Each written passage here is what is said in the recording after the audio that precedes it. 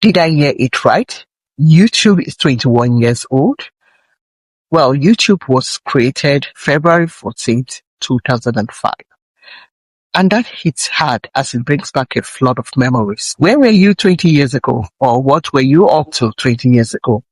Well, that may be a conversation for another day, because today we want to zone into something quite different.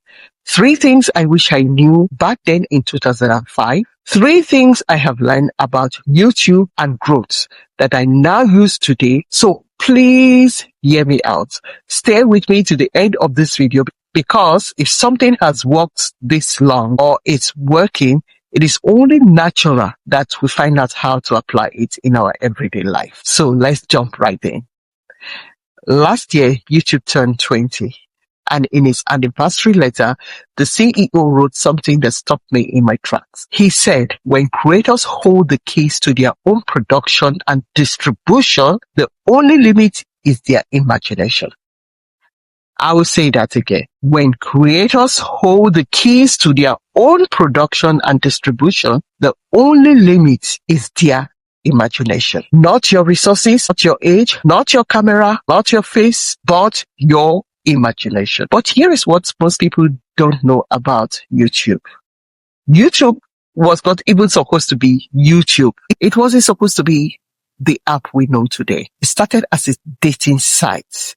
The founders wanted people to upload video of their dating profiles. They even tried to pay strangers on Craigslist to post videos of themselves, hoping to get it off the ground. That didn't work because no one took the offer. So they pivoted. They opened it up to any video, no niche, no plan, no polish. And the very first video ever posted wasn't glamorous. It was just one of the founders standing in front of some elephants at the zoo talking for 18 seconds. That is it. That is how the biggest video platform on earth began. Messy, unsure, rejected in its first form. And that spoke to me because in 2006, I wanted to create a YouTube cooking channel. I had the skills, my imagination stole the show. I told myself I needed new pans for cooking, new camera, new kitchen, new wardrobe before I could even start. But the real thing is I had the keys the entire time. I didn't need all of that. I just didn't believe in myself. I didn't believe I could use the keys I already own. Here is what that taught me as I talk to midlife women today, encouraging them to take the stories from their head and turn them into a published book. If you have got a book idea sitting in a drawer right now, sister, you already have the keys that I had in 2005 that I didn't use. The only thing standing between you and your story is the story that you keep telling yourself as to why it is not ready yet. Not your resources, not your age, not your camera, not your kitchen, not your manuscripts, not anything else, but your imagination. So ask yourself, what is the new pan excuse you're still holding on to? Tell me in the comment section below. Let me take you back to how it all began in my case. I was selling African food online, real business, real customers, real joy in it, actually. And back then, video was just starting and it was feeling possible for regular people like myself, not just for TV networks. Regular people like me with regular cameras telling their own story. I mean, most people did not know much about YouTube back in the day. I remember thinking, I should start a channel, show people the food, show people me. And that is exactly where it all fell apart. Show people me? Because in my head, my face wasn't right for that, not polished enough, not lit enough, not whatever it was supposed to be. So I told myself a very convincing story. I needed the pan force. I needed better camera. I needed a nicer kitchen. Once all of those things were in place, then I would start. I didn't start because those were not the real reasons. I want you to hear what I just said because I said it to myself for years and it sounded so reasonable at the time. It wasn't discipline. I was telling myself I needed more discipline. It wasn't discipline. It wasn't wisdom. It wasn't patience. It was fear, wearing a very respectable costume. And here is the part that still gets me. While I was waiting for the pan, other people just pressed the record button with the camera that they had in the kitchen that they already had, but the face they were told wasn't right enough. And 20 years later, some of those people are legends, names you already know, faces you recognize, whole careers, whole empires built on the thing I decided to wait on. And I want to be honest with you. I am genuinely happy with these people for doing what I did not let myself do. And there is no version of the story I had in 2005 that I can get back to and press the record button today.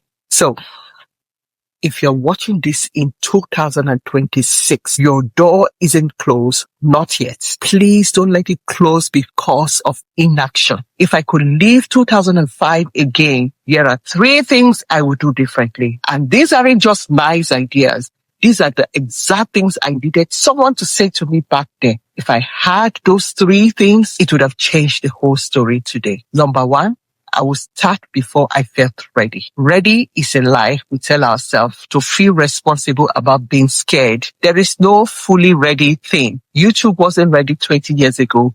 They pivoted from a dating site to a site where everyone can post whatever they like. There is no perfect camera, no perfect chapter, no perfect qualification, no perfect manuscript that arrives before you begin. The camera I had in 2005 was good enough. Idea sitting in your head right now is good enough. It may look messy, but work with it as messy as it is because it's a good enough place to begin. So start and clarity will follow you. As you go, be alert to what is working and what isn't. That is the raw data that you need. That data is worth millions of dollars. 2, I would have named my fear and call it out loud instead of dressing it up as wisdom. When you call out something, you have more than 90% of your problem solved because now you are putting yourself on the alert that this is the real thing. And once you know the real thing, the solution will naturally follow. Fear is a master of disguise. It will show up sounding like caution, like patience, like just wait a little more. Just do a little more preparation first. I couldn't tell the difference between fear and wisdom back then in 2005. I can now. Wisdom moves you forward even slowly, but fear always keeps you stuck. Fear only finds you a reason to stay where you are, and you don't want to stay where you are. You want to keep moving. And I will add, even when something is not working or it seems not to be working right now, fear of failing may make you stop.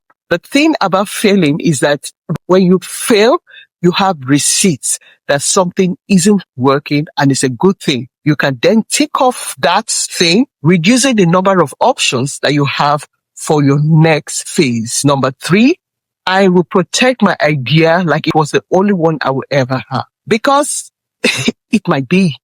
I let myself sit untouched for years, waiting for some permission that was never going to come from anywhere else but from me. Your book idea is not just a hobby you get to someday. It is gold sitting in a drawer, waiting on you to decide is worth the risk. And when you take that leap, you'll be rewarded with what it takes to complete your work. Now, knowing what to do isn't the same thing as knowing how to do it. I learned that the hard way too. So I'm not going to leave you here with just a pep talk and wave you goodbye. See you next time. I just put together something to give you clarity and it is free. It's a simple, no fluff guide that walks you to getting clear, to getting clarity with the idea living in your head. The only place I share it is through my coaching because that is where I do my deeper teaching every week. Just me and the women who are actually doing the work. No algorithm deciding who sees what. So if you want it, comment with the word publish below this video and I will send it to you. Also, if this video has stirred something in you, if you are done watching from the sidelines the way I did, I've also made something that will help you go deeper. It's a full step-by-step guide and it's just $9 called Idea to Publish.